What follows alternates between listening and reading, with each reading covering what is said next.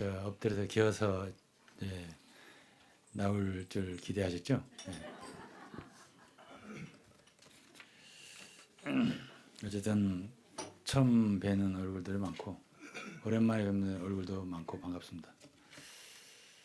오늘은 주 예수께서 이 세상에 오신 의미를 좀 보겠습니다. 왜 주 예수님은 세상에 오셨나? 원래 예수는 세세의 영광을 받으시는 하나님이십니다. 창조주이십니다. 디모데전서 1장 17절은 만세의 왕이라고 했어요. 만세의 왕, 썩지 않고 보이지 않고 홀로 하나이신 하나님, 그분이 이 세상에 오신 예수 그리스도이십니다. 그런 하나님이 왜 어둡고 죄로 가득한 세상에 아기로 출생을 하셨을까요? 뜻이 있겠죠. 하나님이 하신 큰 일이니까. 그분은 첫 번째로는 하나님께 영광이 되기 위해서입니다. 삼위일체 하나님, 성부 하나님께 드리는 가장 큰 영광. 그래서 누가복음 2장 10절에는 이렇게 말했습니다. 내가 온 백성에게 미칠 큰 기쁨의 소식을 너에게 전하노라. 지극히 높은 곳에서는 하나님께 영광이요. 뭐가요? 예수의 이 세상에 출생하신 사건이 먼저는 우리 사람들에게가 아니라 하늘에 계신 성부 하나님께 영광이 되는 사건이었습니다. 예수님이 십자가에 죽으신 일도요. 우리의 죄를 위해 속죄하기 위한 것이 먼저가 아니에요. 레위기 1장을 읽으면 그 번제라고 하는 것은 완전히 예수님을 태워주셔서 하나님께 영광이 되도록 하나님께 기쁨이 되는 역사가 먼저입니다. 그래서 예수께서 이 세상에 아기로 출생하신 것은 우리가 알아야 할 것은 먼저는 지극히 높으신 곳에서 하나님께 영광이 되는 사건이다. 또 이 땅에서는 기뻐하심을 입은 사람들 중에 평화라고 했습니다. 모든 사람에게 지금 일단은 평화는 아닙니다. 주님의 출생을 기뻐하는 사람들은 일단은 신자들이겠죠. 그리스도인들입니다. 그들 가운데는 평화가 있게 됩니다. 물론 나중에는 다 온 인류 속에 주 예수께서는 재림하셔서 왕국을 이루실 때인 온 세상이 평화를 이루게 됩니다. 그런데 이 주 예수께서는 이 세상에 없는 평화를 가져오신 분이십니다. 오늘 어떤 사람들은 그저 전쟁이 없어지고 그냥 평화가 오면 평화다. 또 서로 간에 적대감이 없어지고 그냥 서로 화해했다, 평화다 이렇게 하지만 오늘날 주 예수께서 평강의 왕으로 평화를 가져오신 그 평화는 이 세상에 원래 없는 것입니다. 요한복음 14장 27절에 평강을 너에게 주노니 곧 나의 평강을 나의 평화를 너에게 주노라. 내가 너에게 주는 것은 세상이 주는 것 같지 않다 했습니다. 원래 이 세상에 있는 평화가 아닙니다. 우리가 예수를 믿었을 때 우리를 얻는 평화는요, 평강이죠. 우리 속에 평화, 평안 다 똑같은 말이에요. 영어로 peace니까. 그런 평화는 이 세상에서 믿지 않는 사람들이 누리지 못하는 그런 것입니다. 그래서 우리가 교회라고 할 때, 교회라고 하는 것은 그러한 평화가 주님이 주신 평화, 그 평화가 마음속에 있는 사람들, 그 평강에 매는 줄로 성령이 하나 되게 하신 것. 그러니까 성령과 평강, 이거 다 같은 얘기예요. 그것을 얻은 사람들이 그 평화 속에서 얻어지는 단체, 공동체, 그것이 바로 교회예요. 교회가 서로 반목하고 그저 육체적인 그런 서로의 분쟁 속에서는 절대로 이 세상에 주님이 원하시는 교회의 모습은 찾아볼 수 없는 거예요. 그래서 우리는 이러한 평화를 가져오신 평강의 왕, 평화의 왕 예수 그리스도가 이 세상에 드디어 평화를 갖고 오셨다. 우리 인류가 누릴 수 있는 평화를 얻을 수 있게 되었다. 이런 것을 아셨으면 좋겠습니다. 두 번째는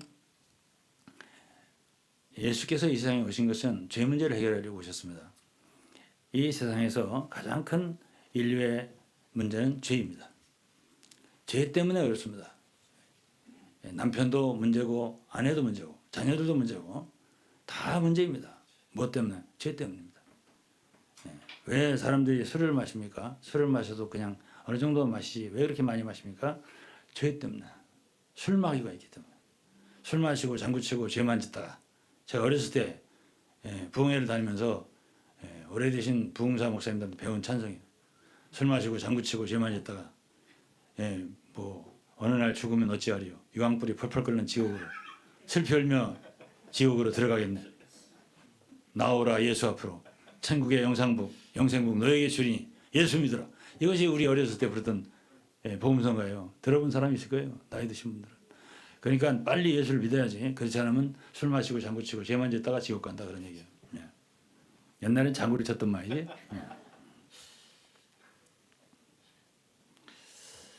그래서 문제가 죄에 있다. 왜 남자들이 나이만 먹으면 또 돈만 좀 있으면 바람피러 나가냐? 죄 때문에 그렇습니다. 왜 아내들에게 속을 썩냐? 죄 때문에 그렇습니다. 다 죄 문제예요. 왜 이혼하냐? 죄 때문에 그렇습니다. 그래서 이 세상의 가장 큰 문제는 죄다. 왜 그렇게 빨리빨리 죽어야 하느냐? 죄가 많아지면요 몸도 약해지는 거예요. 결국은 술을 너무 많이 먹잖아. 죄가 뭐 욕심이 더한즉 죄를 낳고 죄가 더한즉 장성한즉 사망을 낳느니라. 결국 죄 때문에 사망이 오는 거예요. 죄를 많이 접으세요.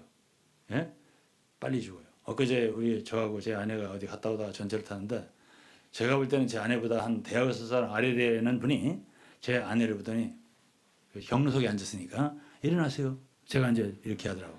그 남편이 앞에 서 있는데 보니까 저보다 훨씬 한 10살은 젊어 보여요. 그냥 제 아내는 뭐 당연히 일어나더라고요. 근데 속으로 슬그머니 화가 나더라고. 그래서 주민등록을 까보자. 그렇게 하려다가 말았습니다. 왜? 저는 주님이 주신 평강이 있으니까. 그렇지 않겠어요? 가만히 있었어요.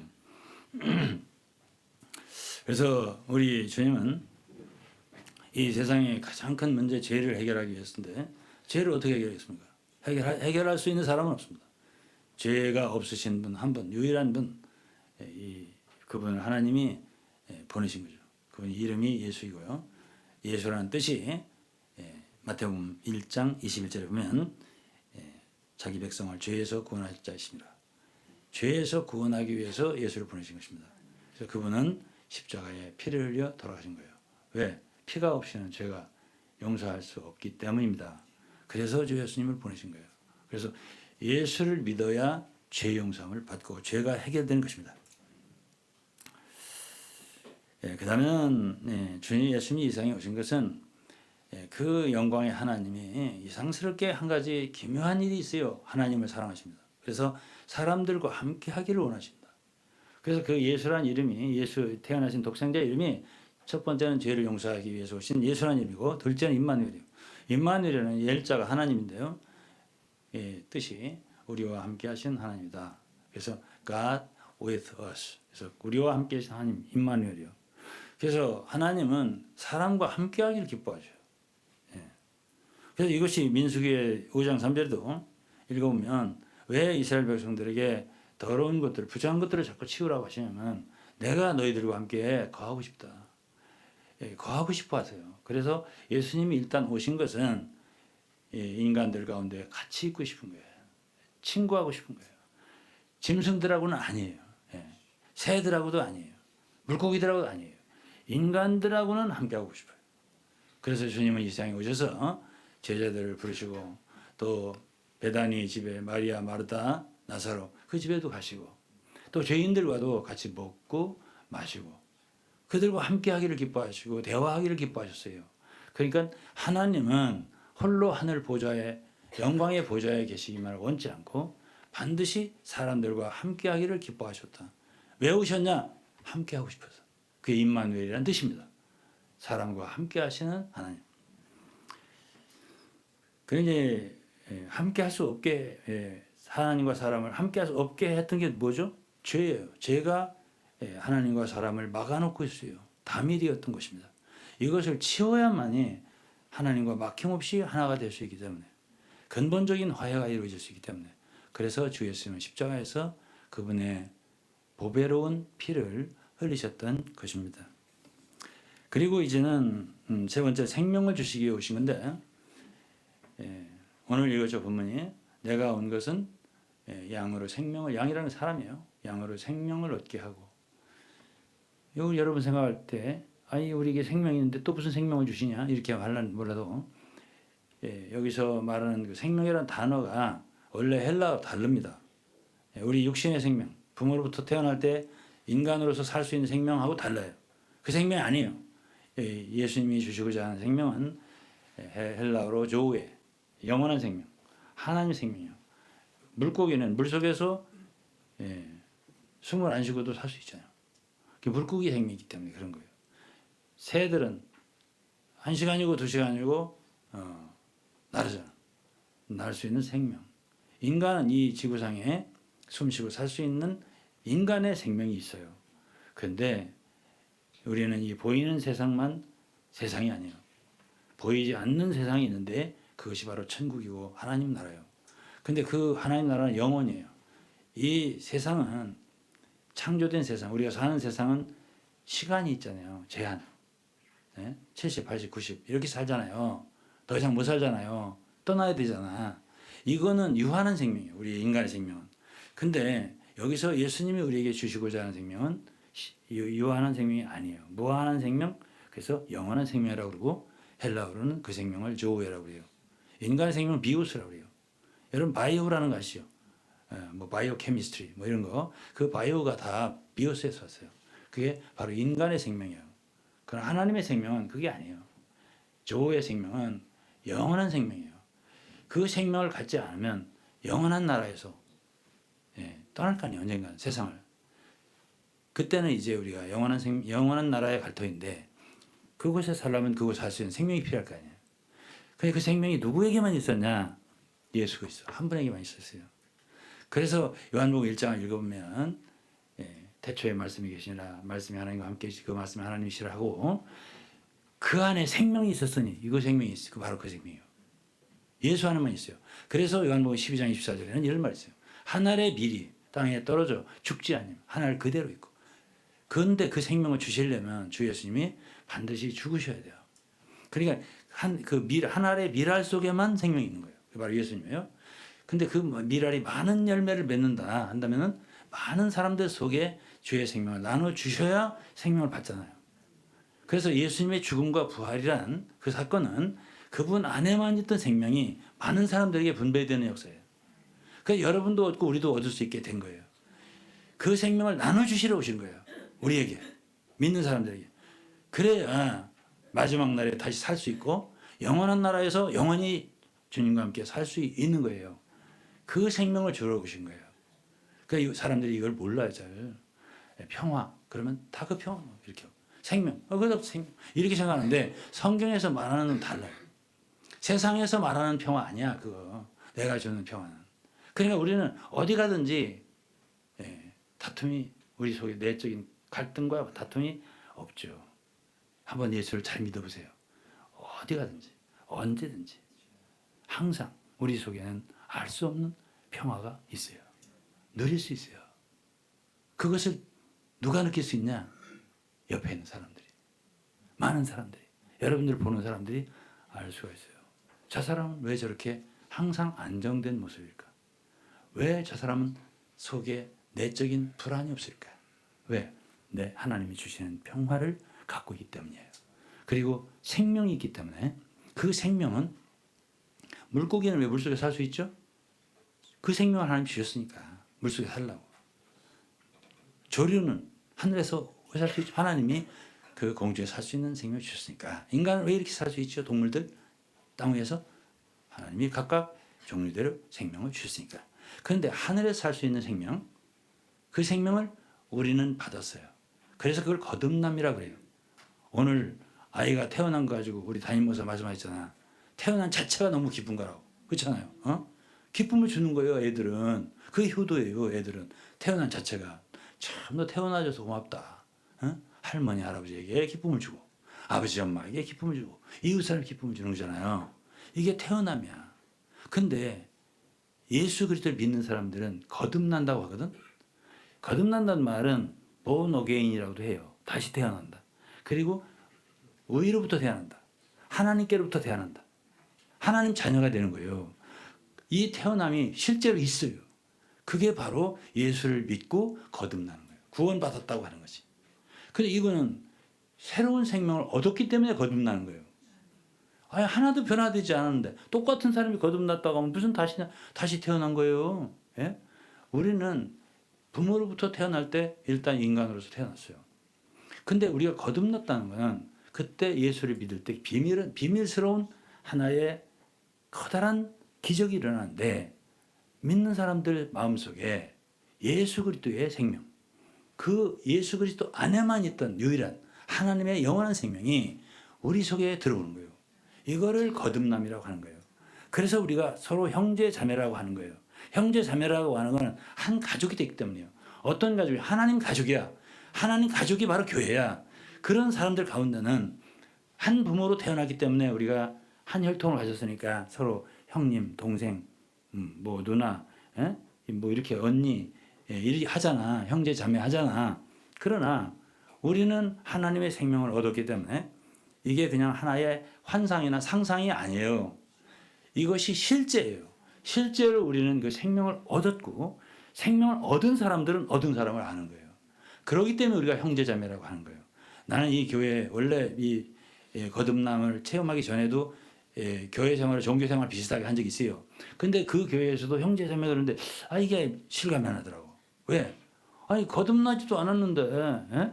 같은 생명의 어떤 느낌도 없는데 형제님, 자매님 아닌 것 같아. 이런 생각을 항상 했었거든요. 근데 지금은 어때요? 실감나는 거예요. 실감나는 거예요. 서로 형제구나. 참 이 사람은 나의 형제구나. 이는 정말 나의 자매구나. 에? 영원히 함께 하나님 나라에 영원히 함께 있을 사람이고 이런 걸 우리 깊은 속에서 느끼는 거거든. 그래서 우리는 형제라 부르기를 부끄러워하냐 한다. 이런 말이 히브리서 2장에 있는 거예요. 주님도 우리를 형제라고 부르기를 부끄러워한다. 우리도 서로를 형제라고 부르기를 부끄러워하지 않는 거예요. 왜? 그 귀한 생명으로 다시 태어났으니까. 이것이 바로 지체가 되는 거고 한 몸에 이것이 바로 연결된 사람들이 교회예요. 이 생명을 얻었기 때문에 교회의 기초가 생기는 거예요. 자, 그럼 오늘 세 번째까지 했잖아요. 네? 그 다음에 네 번째는 왕국을 이루게 오신 거예요. 예수님이. 나라를 이루게 오신 거예요. 그래서 우리 찬송에도 왕이 나셨도다 그러잖아. 어? 왕이 나셨다. 이것도 여러분들 생각할 때는 무슨 왕이야 예수님이. 지금 뭐 우리나라 대통령도 따로 있고 미국 대통령도 따로 있고 다 다스리는 왕들이 많은데 지난번 저기 대통령 되셨던 분은 여기다가 왕자를 썼었거든. 그게 왕이 아니에요. 아니고 베들레헴이라고 하는데 태어나신 분이 왕이야. 그래서 이 미가서 5장 2절에 보면 선지자가 이런 예언을 했어요. 예수님 오시기 한 800, 700년 전에 베들레헴아, 미가 선지자가 말한 거야. 베들레헴에 태어나셨거든. 이 베들레헴은 원래가 다윗 아시죠? 다윗의 원래 고향이에요. 근데 다윗의 동네에서 구주가 나셨으니 왕이 나셨다는 거야. 근데 그 동네가 그러니까 원래는 이름이 없는 도시야. 베들레헴. 작도다. 원래 작은 도시야. 작은데 네 그 도시에서 네 그 마을에서 이스라엘을 다스리는 목자가 날 거다. 이게 미가서 5장 2절이에요. 왕이 나는 거야. 뭐 하러 오셨어? 왕은 뭐 하는 사람이야? 다스리는 자죠. 그분이 왕이 되시기 위해 나셨어. 근데 그분이 첫 번째 오셔서는 온 세상을 참되게 다스리는 그런 왕은 아니에요. 그건 비밀스럽게 왕 노릇 하는 거예요. 그래서 오늘 요한복음 18장을 읽을 거예요.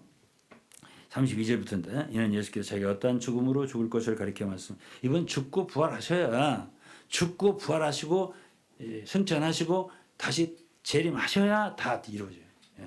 성령도 그래야 주실 수 있고 부활하셔서 승천하셔서 성령을 보내주. 그래야 우리가 참 평화도 얻을 수 있고 참 생명도 얻을 수 있고 교회도 이루어질 수 있고 왕국도 이루어질 수 있는 거예요. 근데 그분이 이 세상에 언젠가는 재림하시는데 그때는 진짜 보이는 물질적인 세계 속에서의 참 왕이야. 근데 지금은 아니야. 자, 보세요. 이분 일단은 처음 오셔서는 죽으셔야 했어요. 33절. 이에 빌라도가 다시 관정에 들어가 예수를 불러가라되 내가 유대인의 왕이냐라고 불렀어요. 유대인의 왕이냐? 누구한테? 빌라도는 당시 로마 총독이에요. 예수님께 물었어요. 그러니까 예수님이 네가 스스로 하는 말이냐, 다른 사람들이 나를 대하여 네게 한 말이냐. 그러니까 빌라도가 내가 유대인이냐? 나는 유대인 아니다 이거지. 내 나라 사람과 대제사장들이 너를 내게 넘겼으니 네가 무엇을 했냐? 예수께서 대답하시되 내 나라는 내 왕국은 내 나라는 이 세상에 속한 게 아니다. 만일 내 나라가 이 세상에 속한 것이라면 내 종들이 싸워 나로 유대인들에게 넘기우지 않게 하였으리라. 이제 내 나라는 여기에 속한 것이 아니니라. 여기에 속한 게 아니라 이 세상에 속한 게 아니래. 예수님 나라는 좀 어렵죠. 예? 이해하기. 37절 빌라도가 그러되 그러면 네가 왕이 아니냐 했어요. 그 예수께서 대답하시되 네 말과 같이 내가 왕이니라. 그러면서 내가 이를 위하여 났으면 이랬습니다. 이를 위하여 세상에 왔나니 주 예수님이 이 세상에 오신 것은 왕으로 오신 것은 분명해요. 그분은 분명히 왕이시고 지금도 왕이시고 장차는 왕이 되실 분이에요. 이렇게 여러분들이 반드시 기억을 하셔야 돼요. 그러면서 바로 진리에 속한 자는 내 소리를 듣느냐. 그럼 오늘날의 왕국은 오늘날은 예수 그리스도의 왕국이 비밀스럽게 이루어지는 시대예요. 예를 들어서 우리나라도 일본의 식민지 시대가 있었습니다. 그럴 때 대한민국은 겉으로 없어진 것 같았지만 상해에서 임시정부가 있었어요. 그들이 이 나라를 유지하고 있었던 거예요. 그러다가 어느 날 해방이 됐을 때 이 나라에 와서 나라를 건국한 거잖아요. 마찬가지예요. 오늘 교회라고 하는 단체는 비밀스럽게 임시정부처럼 우리만은 누구를 왕으로? 예수를 왕으로 모신 단체가 바로 교회예요. 미리 왕국을 세워나가는 거예요. 우리가 바로 전진기지예요. 장차 왕국에. 주님 다시 오실 때는 우리와 함께 왕 노릇을 하신다고 분명히 말씀을 하셨습니다. 그런데 이 왕국을 이루기 위해서는 뭐가 필요하다고? 진리를 얘기했습니다. 진리에 속한 자는 내 말을 듣는다 그랬어요. 그러니까 진리를 순종하지 않는 자는 오늘날 교회를 다닌다고 해도 왕국에 속한 자가 아닐 수도 있는 거예요. 그렇기 때문에 교회를 뭐 왔다 갔다 한다고 되는 게 아니고 하나님의 말씀, 복음의 말씀, 진리의 말씀, 이 성경인 말씀, 이 말씀을 듣고 순종하는 자들이 바로 오늘 이 시대에 주님의 왕국을 이루는 사람들이에요. 그래서 우리는 매일 말씀을 읽어야 되는 거고 또 교회에 와서 하나님의 진리의 말씀을 듣고 또 그 말씀을 순종하는 사람이 될 때 오늘날의 예수 그리스도의 비밀스러운 왕국이 이루어져 가는 거예요. 그걸 여러분들은 오늘 분명히 좀 아셨으면 좋겠다 싶습니다. 왜 오늘 저는 지금 이번 제가 한 천여 페이지 책을 쓰고 있는데 왜 써요? 오늘날 많은 이 기독교 속의 거짓, 이단, 미혹하는 영들이 있고 잘못된 가르침들이 있기 때문에 이런 것들을 물리치고 주님의 참 진리를 드러내기 위한 것이에요. 이를 위해서 여러분들은 좀 기도해 주시기 바라고. 오늘날 교회란 사실은 그리스도의 왕국이에요. 임시 왕국 같은 그런 왕국이죠. 그렇지만 이 왕국은 참된 의미에서 주님의 하나님의 나라예요. 디모데전 3장 15절에 이랬어요. 이 집은 살아계신 하나님의 교회요 진리의 기둥과 터이니라. 진리가 없으면 진리의 기초가 없다. 진리의 기둥이 없다. 그러면 그건 교회가 아니에요. 그리고 그건 왕국이 될 수가 없어요. 그런 상태는. 그래서 교회는 뭐 하는 것이냐면 하나님의 진리를 바르게 가르친대요. 그리고 성도를 하여금 그 진리를 사랑하고 믿고 순종하게 도와주는 것이에요. 그럴 때 모든 성도들은 이 세상은 흑암이 다스려요. 그 배후에는 마귀가 있어요. 그 마귀의 다스림이 아니라 참 왕이신 이 세상에 참 어린 아기로 태어나셨지만 그분은 부정할 수 없는 온 세상을 통치할 왕이라는 것을 기억하시고 그분은 다스리기 위해서 오신 거예요. 지금은 기다리고 계세요. 보좌에서 기다리고 계세요. 다시 오실 것이에요. 그러나 지금 그분은 그분의 교회 안에서 성도들을 한 사람 한 사람 통치하고 있어요. 우리는 그분의 지배를 받고 그분의 참으로 다스림을 받고 있는 사람들이에요. 그분의 명령을 듣고 순종하는 사람들이에요. 기쁨으로. 그분은 우리로 하여금 기쁨으로 순종하게 하세요. 그분은 강요가 아니에요. 그분은 참 무기로 의력으로 통치하는 분이 아니에요. 사랑으로 평화로 우리를 다스리고 계세요. 우리는 그분을 기꺼이 일생을 들여서 순종하는 사람들이에요.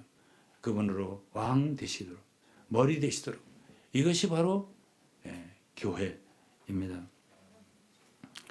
그래서 오늘날 많은 사람들이 교회 생활한다 하지만은 그리스도의 왕국과 조금도 관계가 없는 생활을 하는 사람들이 너무나 많아요. 왜 그렇죠? 진리와 관계를 맺지 않기 때문에 그래요. 그리고 주님이 주신 영원한 생명, 그 왕국에서 영원한 왕국에서 살 수 있는 그 생명으로 살지를 않아요. 그 사랑으로 살지를 않아요.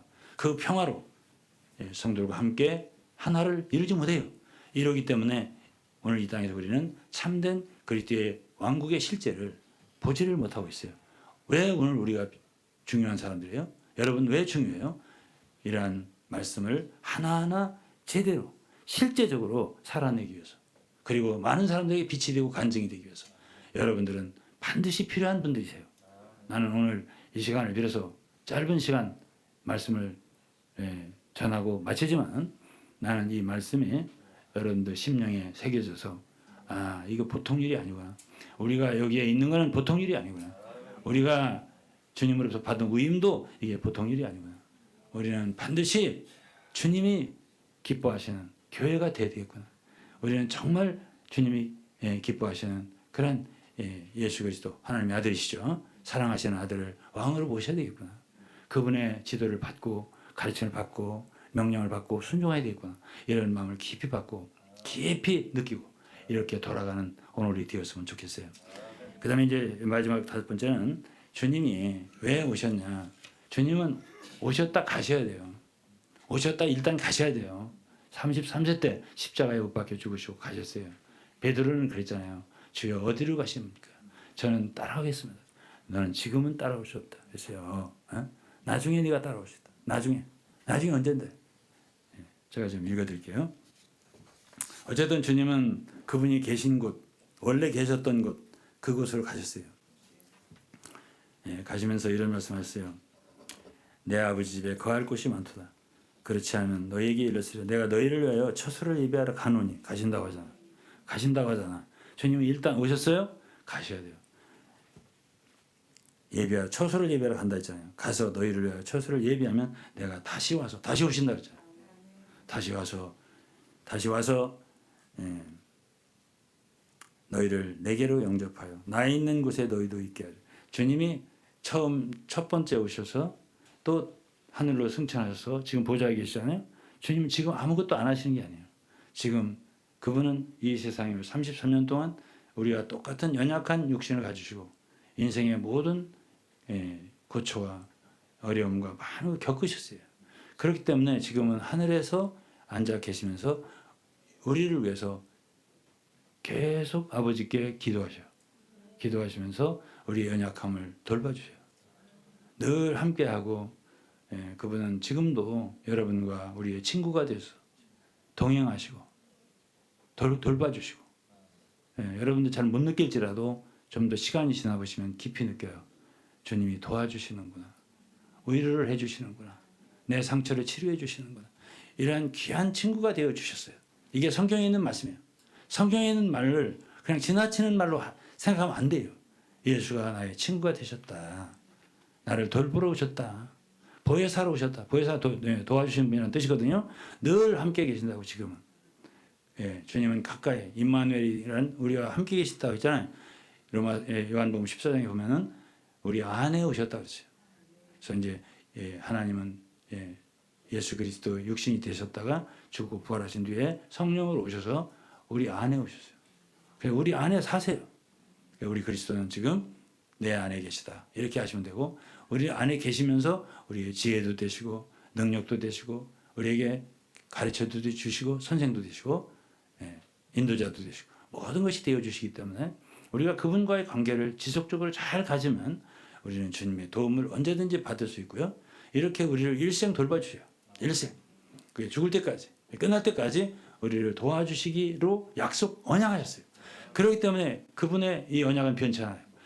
끝날 때까지. 끝날 때 함께 하시다. 우리를 어디로? 그분이 원래 계셨던 영원한 곳으로 우리를 데려가시기 위해서 오셨어요. 그러니까 그분은 일단 오셨어요.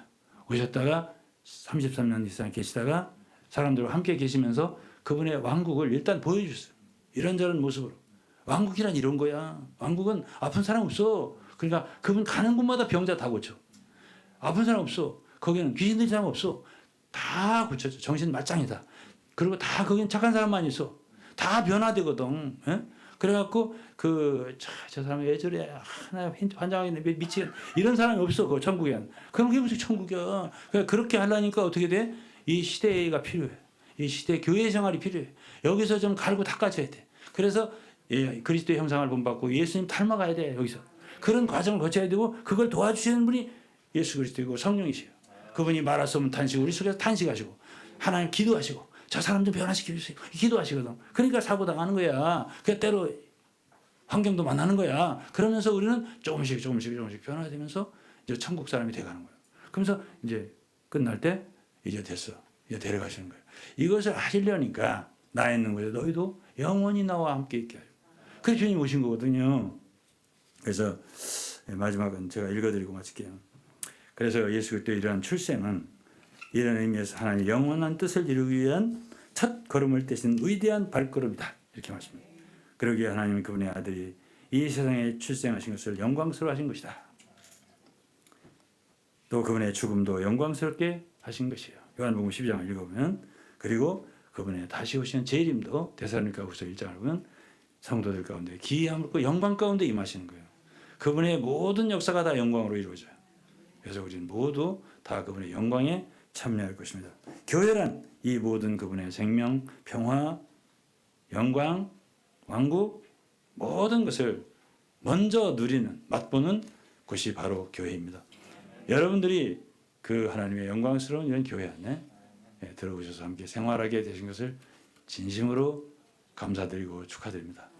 주님께서 여러분 모두에게 큰 은혜와 축복을 내려주시기를 기도하고 아직 예수 그리스도를 완전히 믿지 못하신 분, 거듭나지 못한 분 그런 분이 있으면 교회를 계속 나오셔야 돼요.